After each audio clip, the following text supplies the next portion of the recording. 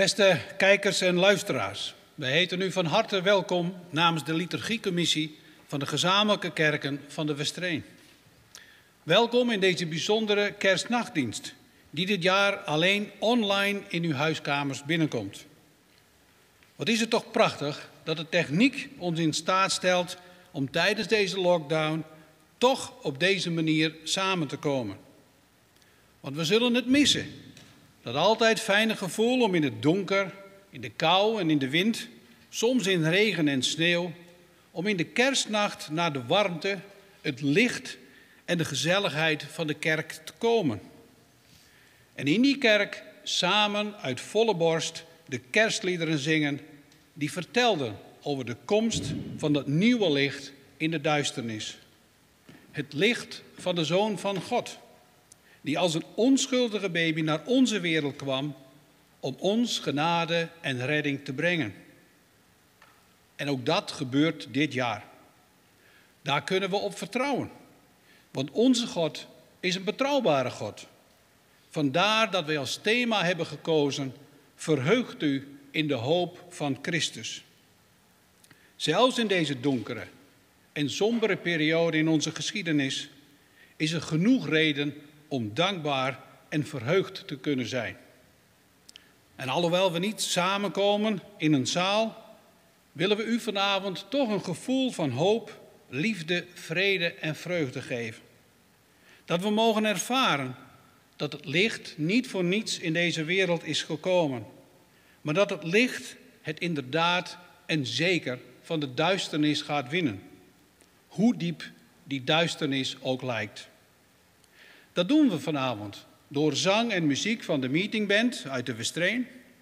Zij zullen ook de liederen van de samenzang verzorgen, zodat het voor een ieder thuis gemakkelijker is om mee te zingen. Want we hopen en vertrouwen er eigenlijk een beetje op dat u allen net zo goed gaat meezingen als u hier in de zaal zou zijn. De liederen van de samenzang zullen worden begeleid door Fouke Wiegersma op het orgel en Eddy Huizinga op trompet. Maar er is ook ruimte voor het gesproken woord. En de meditatie van vanavond zal worden verzorgd door dominee Alexander Aalderink. En ook voor hem is het enigszins spannend, want het is de eerste keer dat hij spreekt in deze dienst. Wij wensen in ieder Gods geest toe in zijn of haar bijdrage. En wij wensen u allen een mooie en geestrijke dienst toe, zodat u straks aan het einde van deze dienst het ware kerstgevoel van hoop, liefde, vrede en vreugde in uw hart heeft gekregen en meeneemt in de komende kerstdagen. En aan het einde van dit welkom wil ik nu alvast een ieder bedanken die deze dienst mogelijk heeft gemaakt. De coronamaatregelen verden een totaal andere voorbereiding en uitvoering van deze dienst. Maar met de inzet, toewijding en positiviteit van alle medewerkers, zowel voor als achter de schermen, zijn we daar toch ingeslaagd. En namens de commissie hartelijk dank voor jullie bijdrage en inzet. Ik wens u nogmaals een fijne dienst. Dat Gods geest met ons zal zijn vanavond, is mijn gebed. Amen.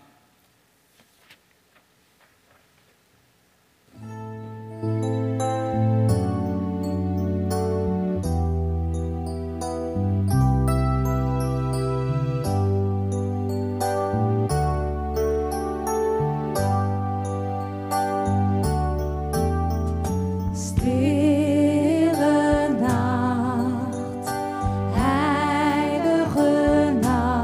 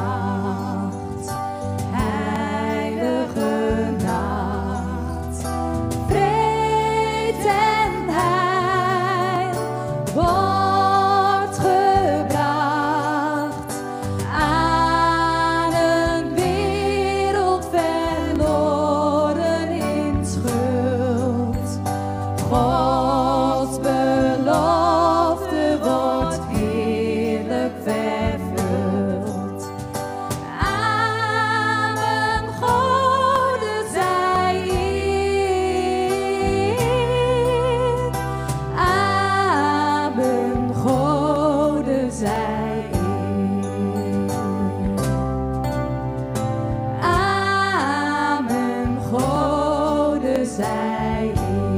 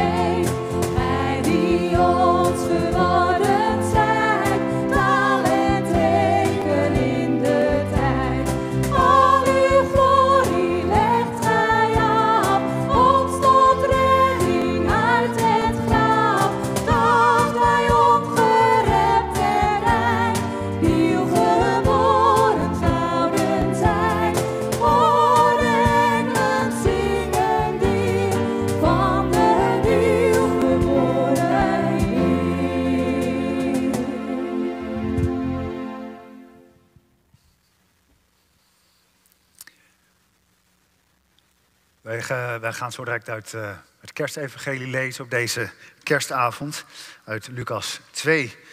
Wij geloven dat de Bijbel Gods woord is en dat God door dat woord, door die Bijbel, tot ons wil spreken.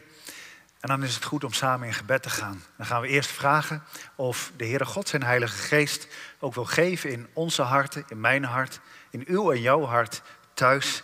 Dat we begrijpen wat de Heere God ons voor een geweldig evangelie te brengen heeft op deze avond.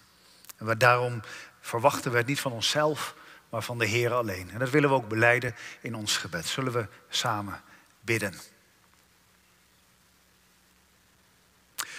Machtige God, trouwe Vader in de hemel, we mogen zo bij u komen op deze avond, de vooravond van het kerstfeest, om u te danken, te loven en te prijzen voor wie u bent. Dat u ons de mogelijkheid geeft om toch een dienst te houden. Maar Heer, u weet ook hoe we hier bij elkaar zijn gekomen. En dat het toch wat vreemd is in een bijna lege kerkzaal die andere jaren zo gevuld is. En Heer, we willen u toch ook zeggen dat dat ook wel pijn doet. Dat we elkaar niet kunnen zien. Maar dan willen we u vragen of u met uw geest dat wil geven wat wij op dit moment niet kunnen bereiken met elkaar. Namelijk dat we met elkaar verbonden zijn door uw liefde, door uw geest. En dat we samen mogen luisteren naar wat u te zeggen hebt. Vader, we willen u dat bidden. ook om uw nabijheid voor deze wereld, waar het zo donker is, in deze dagen heel letterlijk voor ons. Maar ook omdat we verloren zijn in schuld, waarin u licht wilt brengen. En dat is een weergaloos wonder. En wilt u nou maken met uw Heilige Geest dat wij ons daarover blijven verwonderen. Over het kind in Bethlehem, uw Zoon Jezus Christus. Heren, wij bidden u voor de slachtoffers en ook de nabestaanden van de coronacrisis, die ons land en grote delen van de wereld in de greep houdt. Wie had het ooit kunnen denken? Wij niet, Heere God, maar boven alles uit gaat uw leiding. En daarom komen we vol vertrouwen bij uw troon, om u te bidden om uw genade. Te bidden om uw bijstand, om uw troost. Heere, geef ons wijsheid. Geef ook bovenal wijsheid aan de kerken om dat te doen wat goed is. Om leiding te geven aan al uw kinderen in deze wereld. Heer, mag het zo zijn dat door die kerk, waar ook, uw naam groot gemaakt wordt. Dat u de eer krijgt. En zo willen we u vragen ook over deze avond om uw zegen. Dat alles goed mag gaan. Dat ik een stem heb om te spreken. Dat de muziek ook mag klinken tot eer van uw grote naam. En als de mensen thuis mee mogen zingen en kunnen zingen, dat ook zij zingen tot eer van u. Want daar gaat het om. Om uw eer. Om uw naam groot te maken. Dank u wel dat u dit mogelijk maakt voor ons. Heren, zo bid ik u ook voor alle mensen thuis die nu meekijken en luisteren. Dat ook zij door u aangeraakt worden. Dat ze begrijpen wat uw woord te zeggen heeft. Vader, Heere Jezus Christus, kom met uw Heilige Geest over ons. En raak ons aan. We bidden u dit alles in de vergeving van al onze zonden. In de naam van Jezus. Uit genade. Amen.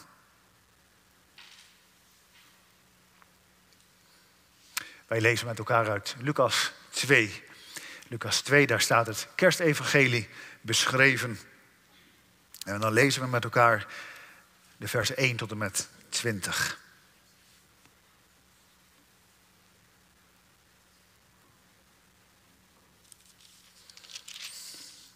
De geboorte van Jezus is erboven gezet. In die tijd kondigde keizer Augustus een decreet af dat alle inwoners van het Rijk zich moesten laten inschrijven. Deze eerste volkstelling vond plaats tijdens het bewind van Quirinius over Syrië. Iedereen ging op weg om zich te laten inschrijven. Ieder naar de plaats waar hij vandaan kwam. Jozef ging van de stad Nazareth in Galilea naar Judea, naar de stad van David die Bethlehem heet. Aangezien hij van David afstamde, om zich te laten inschrijven samen met Maria, zijn aanstaande vrouw, die zwanger was. Terwijl ze daar waren, brak de dag van haar bevalling aan. En ze bracht een zoon ter wereld, haar eerstgeborene. En ze wikkelde hem in een doek en legde hem in een voederbak, omdat er voor hen geen plaats was in het nachtverblijf van de stad. Niet ver daar vandaan brachten herders de nacht door in het veld. Ze hielden de wacht bij hun kudde. Opeens stond er een engel van de Heer bij hen en werden ze omgeven door het stralende licht van de Heer, zodat ze hevig schrokken. De engel zei tegen hen: wees niet bang, want ik kom jullie goed nieuws brengen, dat het hele volk met grote vreugde zal vervullen. Vandaag is in de stad van David voor jullie een redder geboren. Hij is de Messias, de Heere. Dit zal voor jullie het teken zijn. Jullie zullen een pasgeboren kind vinden dat in een doek gewikkeld in een voederbak ligt. En plotseling voegde zich bij de engel een groot hemelsleger dat God prees met de woorden: eer aan God in de hoogste hemel en vrede op aarde voor alle mensen die hij lief heeft. Toen de engelen waren teruggegaan naar de hemel, zeiden de herders tegen elkaar: laten we naar Bethlehem gaan om met eigen ogen te zien wat er gebeurd is en wat de Heere ons bekend heeft gemaakt. Ze gingen meteen op weg en troffen Maria aan en Jozef en het kind dat in de voederbak lag. Toen ze het kind zagen, vertelden ze wat hun over dat kind was gezegd. Allen die het hoorden stonden verbaasd over wat de herders tegen hen zeiden. Maar Maria bewaarde al deze woorden in haar hart en bleef erover nadenken. De herders gingen terug, terwijl ze God loofden en prezen om alles wat ze gehoord en gezien hadden. Precies zoals het hun was gezegd. Tot zover deze schriftlezing. Daar denken we zo direct verder over na. We luisteren nu eerst weer naar een gezang.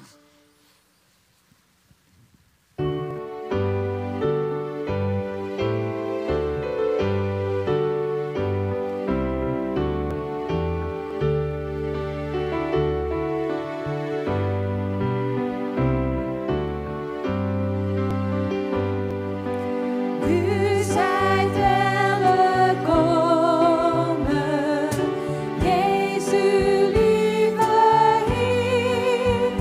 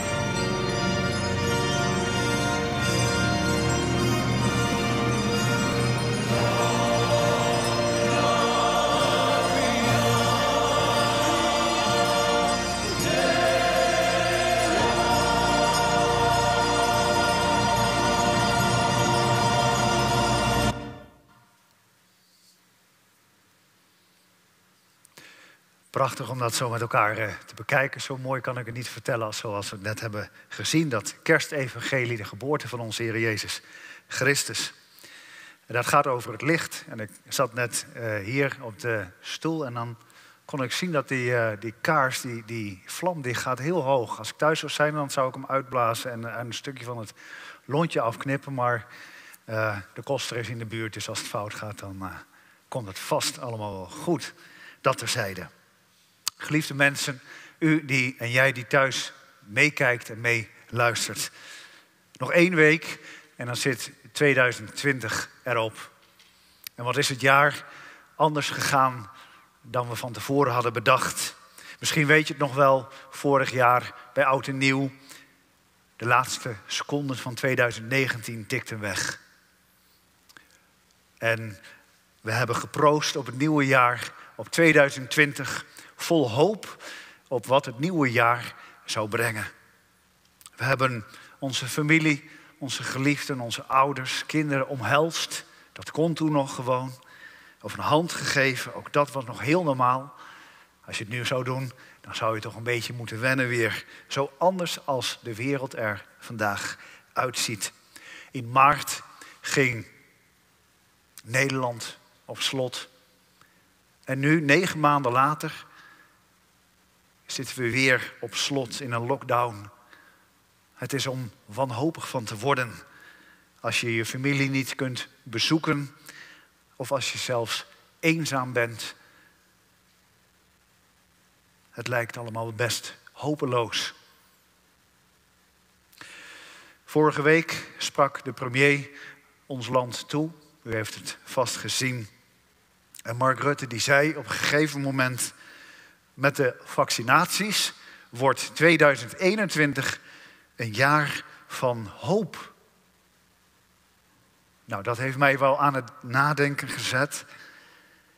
Waar is die hoop dan op gebaseerd? Ja, op de vaccinaties. Hoe meer mensen gevaccineerd zijn, hoe meer er mogelijk wordt, is de hoop. De hoop is dat we weer langzaam maar zeker terug kunnen naar normaal. Naar hoe het ooit was. We hopen het maar. Hoop is in ons taalgebruik iets wat ook wat onzekerheid met zich meebrengt. Zo kun je hopen dat het morgen mooi weer wordt, maar zeker weten doe je het nooit. Of als je een toets hebt gemaakt op school, ja, dan kun je alleen nog maar hopen dat het goed is gegaan. Hopen op een mooi cijfer, maar zeker weten doe je het niet. Je moet het maar afwachten. Of misschien als je een sollicitatiegesprek hebt gehad en het ging voor je gevoel helemaal niet fijn, dat je denkt van ja, het is tegen beter weten in, maar nou, ik hoop toch dat ik die baan toch krijg. Maar ik denk het niet. In de Bijbel lezen wij dat God een God van hoop is. En christenen, wij zijn mensen waarvan gezegd wordt in de Bijbel dat we overvloedig in de hoop zijn. Overvloedige hoop hebben wij. In Romeinen 15 vers 13 staat: mogen God die ons hoop geeft, mogen die God u in het geloof helemaal vervullen met vrede en vreugde. Met als doel, zodat uw hoop overvloedig zal zijn door de kracht van de Heilige Geest. Dus christenen zijn mensen die hoop hebben. Maar deze hoop is wel een heel andere soort dan die wij in de wereld kennen. Dat je er maar het beste van moet hopen. Of op hoop van zegen je leven leeft. Nee, als wij geloven in de God van de Bijbel, dan is dat niet dat je maar het beste ervan moet hopen en onzeker wat de uitkomst is.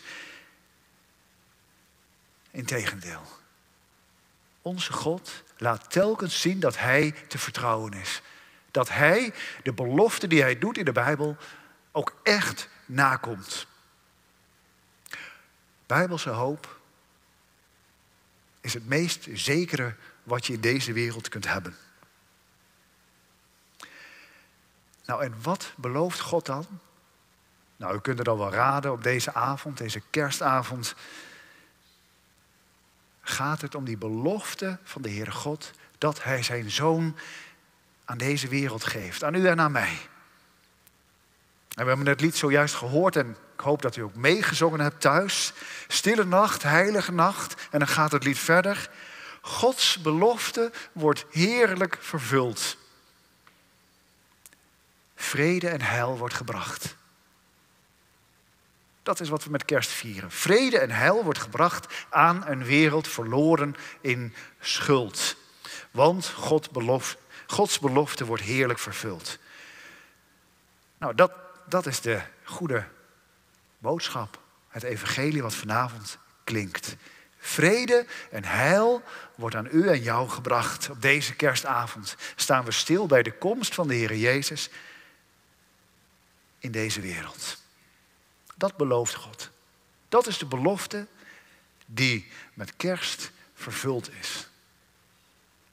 En we horen de engel zeggen tegen de herders in het veld: heden, vandaag is voor u geboren de zaligmaker. In de stad van David in Bethlehem, daar ligt Jezus, het kindje Jezus.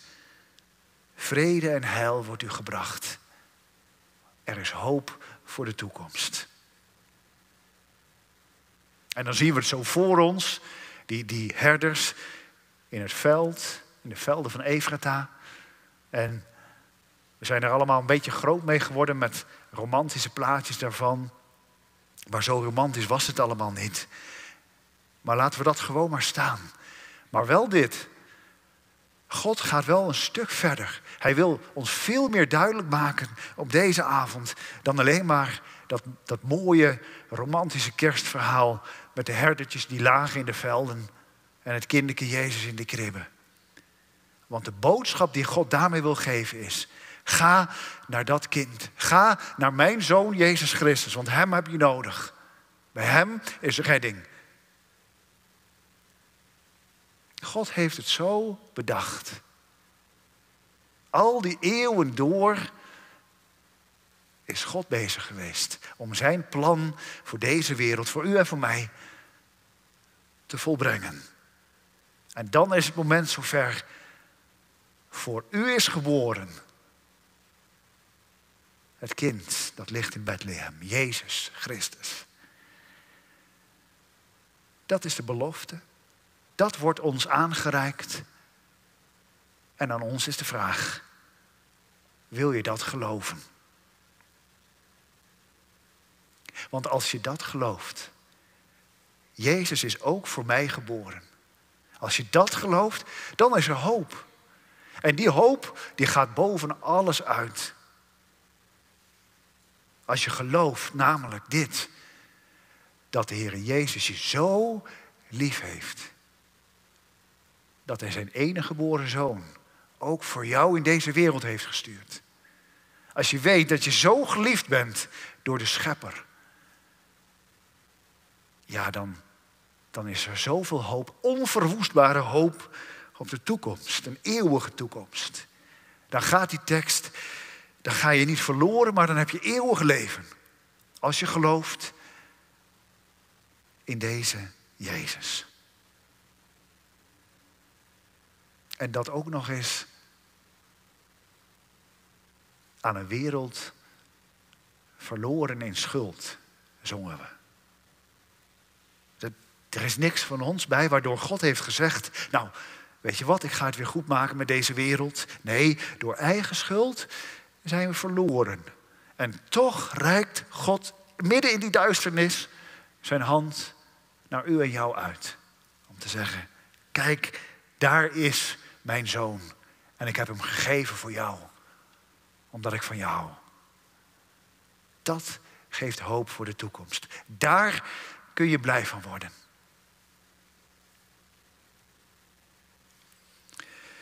Dat gaat veel verder dan dat je een gokje waagt. Dat je van alles uitprobeert. En dat je God ook een keer een kans geeft. Op hoop van zegen. Ik ga een keer naar de kerk en ik zal eens een keer bidden op hoop van zegen. Nee. Deze God geeft beloften die Hij ook echt vervult. christelijke hoop is een zeker weten. Zeker weten en geloven en voelen in je hart, deze God die houdt van mij. Ik begrijp er helemaal niks van, maar hij houdt van mij, want het is ook kerst geworden in mijn leven. Dan mag je met recht verheugd zijn. Verheugd in de hoop die God je geeft.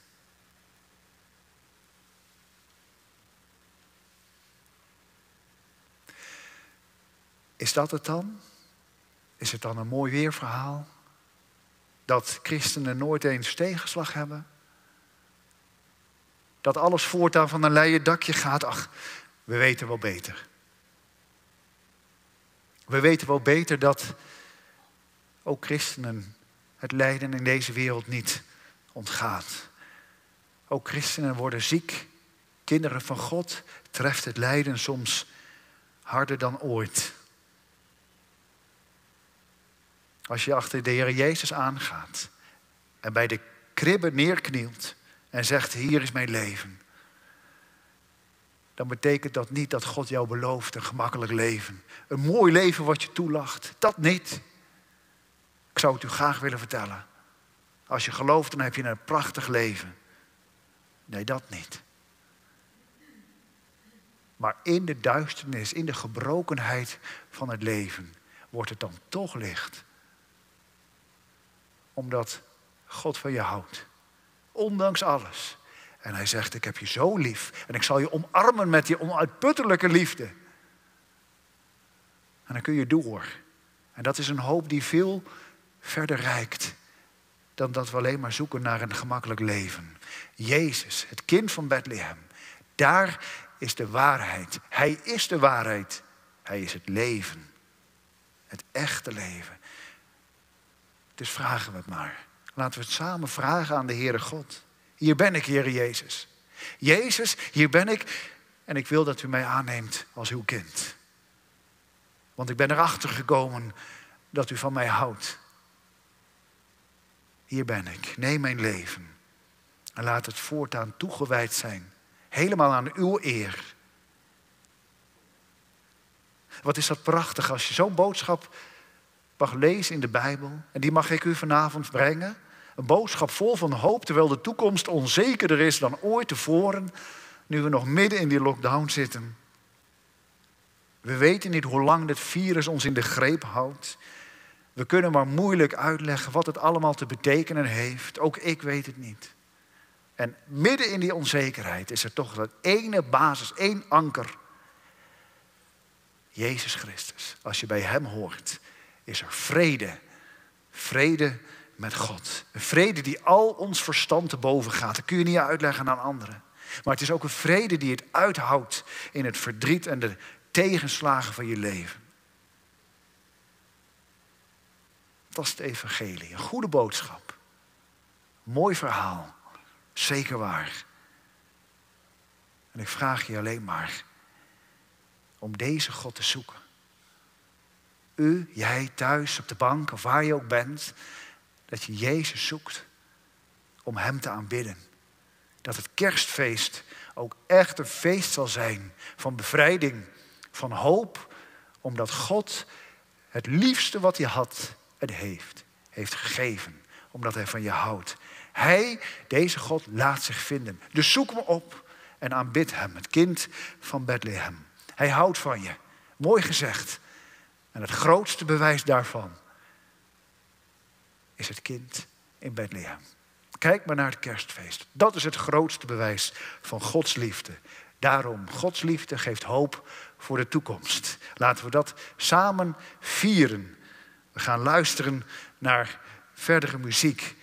Tot eer van onze God. Want hij die eeuwig trouw is tot in eeuwigheid. Hij heeft het zelf beloofd. En er is niets zekerder dan hem te geloven. Halleluja. Amen.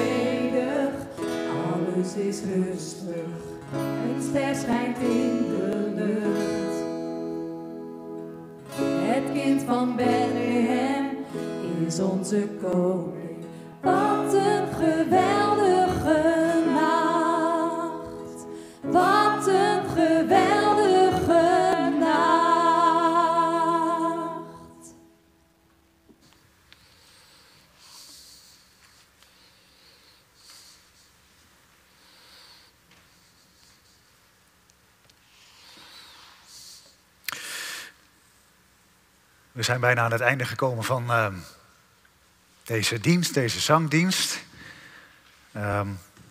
Het dankwoord is al uitgesproken, maar dan past het ons om de naam van de Heere God, om die groot te maken. En dan danken we de Heere God voor alle gaven die Hij geeft aan alle muzikanten, aan de zangers. En dat het evangelie heeft geklonken. En dan bidden we ook of de komende dagen, en ook de dagen die daarna nog volgen, oud en nieuw, dat er dagen zullen zijn die in het teken staan voor u en voor mij. Dat we ons geloof zullen belijden aan de Heere God. En dat we Hem danken voor het wonder van kerst. Zullen we samen bidden en danken. Zo willen we bij u komen, machtige God, aan het einde, bijna einde van deze kerstnacht, zangdienst. Die zo anders ging dan voorgaande jaren. En we willen u danken voor alles wat er gesproken, gezongen, gebeden, bespeeld werd op het instrument. Omdat het was voor u. Om u groot te maken.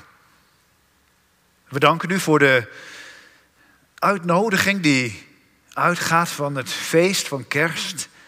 Om u te aanbidden, Koning Jezus. En dan zingen we met recht. Wat een geweldige nacht. Daar in Bethlehem. Zoveel 1000 jaren geleden. Toen u naar de wereld kwam. Geboren werd uit de maagd Maria. Dat grote wonder. Here, nou willen we u vragen, Heilige Geest, of u ons wil geven dat we dat wonder van uw onstuitbare liefde, dat we dat wonder mogen ervaren in ons eigen leven. Wilt u ons aanraken, Heilige Geest? Wilt u het zo maken dat het echt feest is in ons hart? Feest omdat we verheugd zijn, omdat er hoop is. Dwars door alles heen, dat er hoop is die u ons geeft. Door genade alleen. Mag zo het kind van Bethlehem onze persoonlijke redder zijn. Dat bid ik u voor de mensen hier en voor alle mensen thuis die op dit moment of op een later moment zullen meekijken en luisteren. Dat u onze harten aanraakt. Zodat we alle reden hebben om echt feest te vieren. En zo op deze avond willen we ook denken en aan u opdragen alle mensen die eenzaam zijn. Als die eenzaamheid ook zo extra kan schrijnen als er door de wereld feest gevierd wordt. Heere, geef ook een open oog en een open hart voor deze mensen die eenzaam zijn, die verdriet kennen, die verder alleen moeten in het leven. Heere, ontfermt u zich over hen en geef ons een open hart voor hen. En zo brengen we u de dank dat u dit hebt mogelijk gemaakt. We danken u voor alle gaven die u geeft aan ons mensen. Om daarmee u groot te maken. Want dat is toch het doel waarvoor u ons op deze wereld hebt gezet. U zij de glorie. Want u bent gekomen om de straf die op ons was op u te nemen. Daarvoor danken wij u. Hartelijk dank voor uw goede gaven en voor uw liefde. Leert u ons daaruit te leven, vol dankbaarheid. Dag in, dag uit. Ga ons voor. Machtige God, dit bidden wij u voor vandaag en voor morgen, de kerstdagen en voor de rest van ons leven. Wees onze gids. en hou ons vast in uw liefde. Hoor ons uit genade in de naam van de Heere Jezus. Amen.